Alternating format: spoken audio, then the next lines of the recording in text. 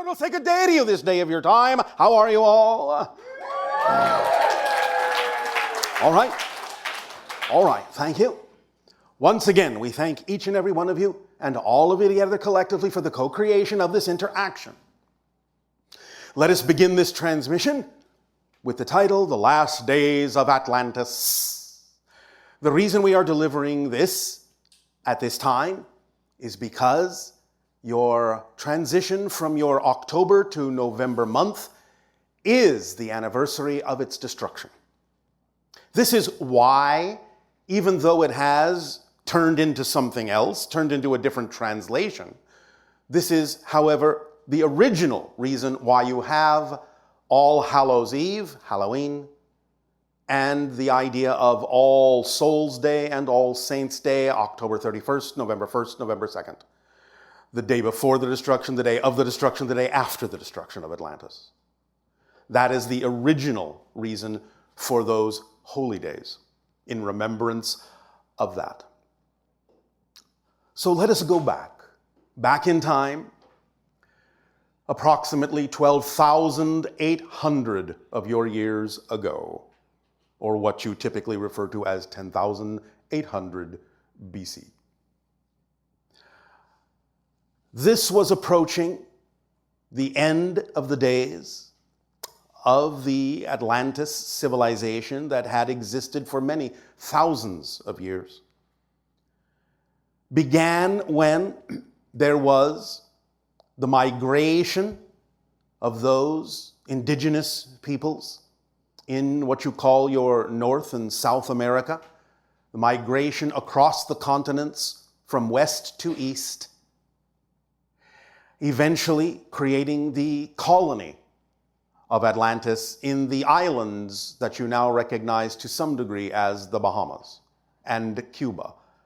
Although remember that in those days there was great ice shelves coming down from the north, covering a great portion of North America, and the oceans, having that much water locked into ice, were much lower at the time, somewhere between 250 to 300 feet lower.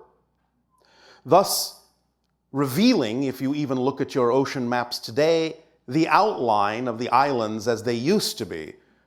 The Bahamas now are simply the remnants of what used to be the main island, along with Cuba, of the Atlantean civilization, though they did, of course, spread into North, Central, and South America, and even cross the oceans into what you know as Europe in the Mediterranean and Northern and Western Africa. But even though their so-called empire was vast, the main islands were off the coast now of what you call your North and Central and South America. And many people on your planet at this time, because much of the history was lost, and because most of what you still remember of the idea of Atlantis came through ancient stories from Egypt that were passed along to individuals in Greece and then shared with your modern individuals, you tend to imagine, because these stories came from Greece, that Atlantis had something similar to Grecian architecture. It did not. The closest representation that you have of Atlantean architecture is Aztecan architecture.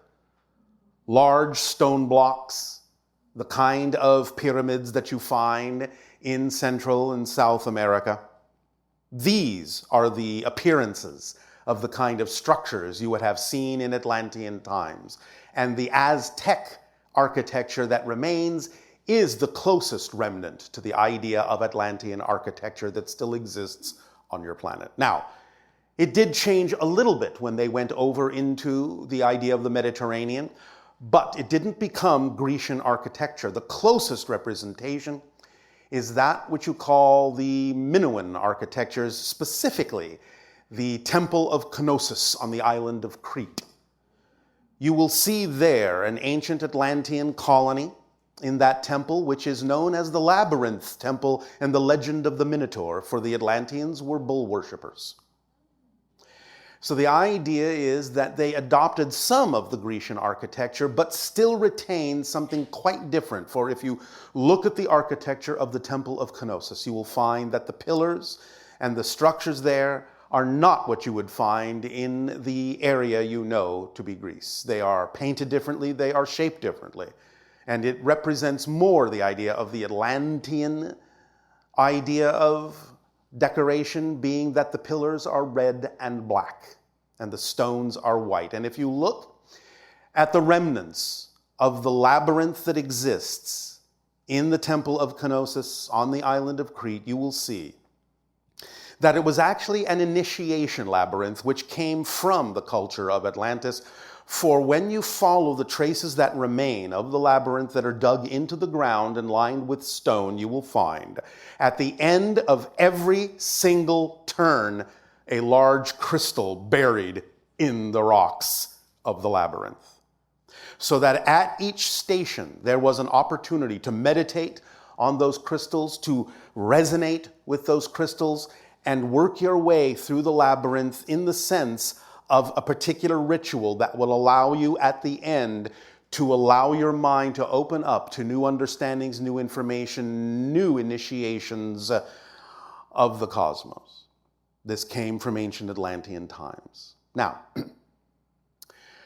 in the days before the destruction, which actually covered a very large span of time, for there was a, shall we say, very large master comet that came into your solar system and took up an orbit, an eccentric orbit, that crossed the path of Earth's orbit twice every year. And for a period of time rained down upon the Earth, as the comet broke up, various remnants that would impact your Earth and cause great destruction. These cometary fragments, twice a year, bombarded the North American and Atlantic region for a period of over 2 decades. Every year, twice a year. The obliteration was almost complete of anything that existed in those areas over that span of time, which is one of the reasons why you very, very, very much don't see almost anything left of whatever was in those areas. Imagine being bombarded for over 20 years by cometary impacts in your city. There wouldn't be much left. But it started relatively small, and mostly bombarded the ice shelves and the eastern seaboard of the Americas, many chunks falling into the Atlantic Ocean, causing tsunamis. But there was at one point a greater chunk that came through the atmosphere, the primary body of the comet, that finally penetrated the atmosphere and struck in the Atlantic Ocean, gouging out a crater in the ocean floor, and caused massive tsunamis in all directions, radiating out from the Atlantic, tsunamis at least 300 feet high. This is the obliteration, the final obliteration of the idea of Atlantis, cultures on the eastern seaboards of North, Central, and South America, tsunamis that struck the western seaboards of Europe and Africa and into the Mediterranean. And this is the beginning of your legendary flood of Noah. The idea also is that in those ancient times before the final destruction, since there were many cometary impacts and since they could observe the master comet arcing through the sky before it ever hit, they understood by plotting its trajectory, and especially after some of the fragments began to impact the Earth, that their time was running out. Many of them fled into other areas to preserve their culture, their knowledge, their civilization, going into South America, going into some parts of Central America, going into parts of Africa, parts of Europe, and all the way into the beginnings of the culture that became Egypt, bringing their knowledge, bringing their technology, their architecture into the understanding of what it took to build the great pyramids in Egypt. But before that time, again, in observing this master comet, which still to this day provides what you call meteor showers at certain times of the year, including the time that is coming up now, that was the time of the destruction of Atlantis in its final days. You still find what you call the toroid meteor showers are the remnants of that comet still to this day shooting through your skies.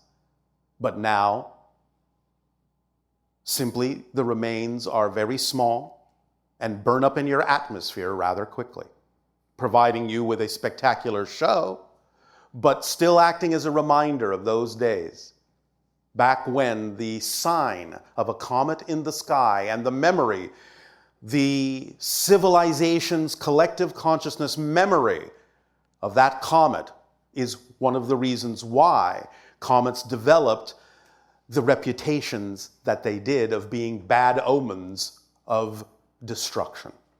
It comes specifically from that comet that destroyed Atlantis.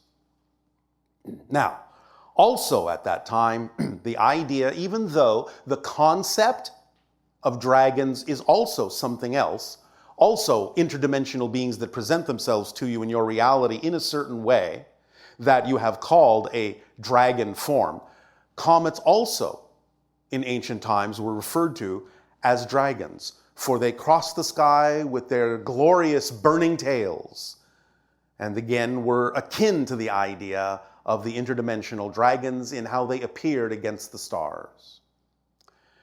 So you can see that many different kinds of ideas, many different legends about comets and other things developed from this one experience that began an age upon your Earth that your scientists recognize and have labeled the Younger Dryas period.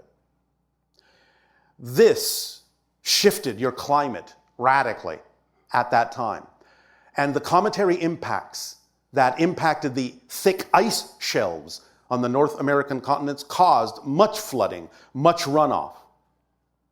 And that spilled into the oceans over time, raising the ocean levels, so that today you find they are 250 to 300 feet higher than they were at that time, submerging most of the Atlantean islands that existed in the Atlantic Ocean.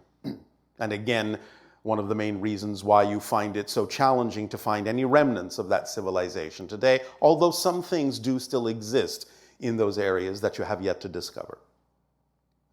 But let us look at those last days and bring into your imagination the idea of a thriving civilization of beauty, of great pyramidal structures, of great paved streets of stone and temples, painted red, white, black, and sometimes sheathed in gold and silver, and the combination alloy that was known as orichalcum, which contained also copper and mixes of gold and silver in various proportions.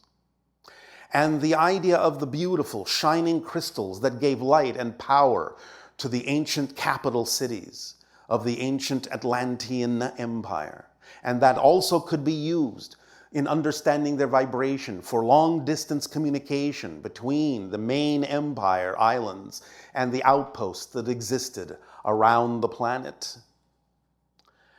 The idea then is to imagine, in those days, the beautiful brown-skinned people walking on those streets and floating above those streets in lighter-than-air balloons, and understanding the idea of the stars and having astronomy and a great understanding of mathematics and a deep understanding of the earth and nature and their part in it, that over time, over eons, became split into those that retained the ancient ways of connection to the earth and those that began to slide down into the idea of fear-based beliefs and the corruption of the concept of the illusion of power.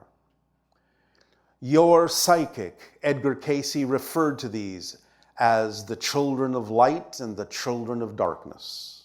For there was this split in Atlantis, as such a split is now even beginning to accelerate in your time.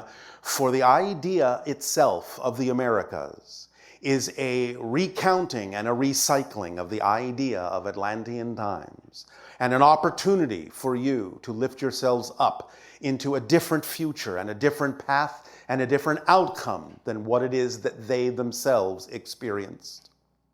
For they knew they had reached the end of their cycle.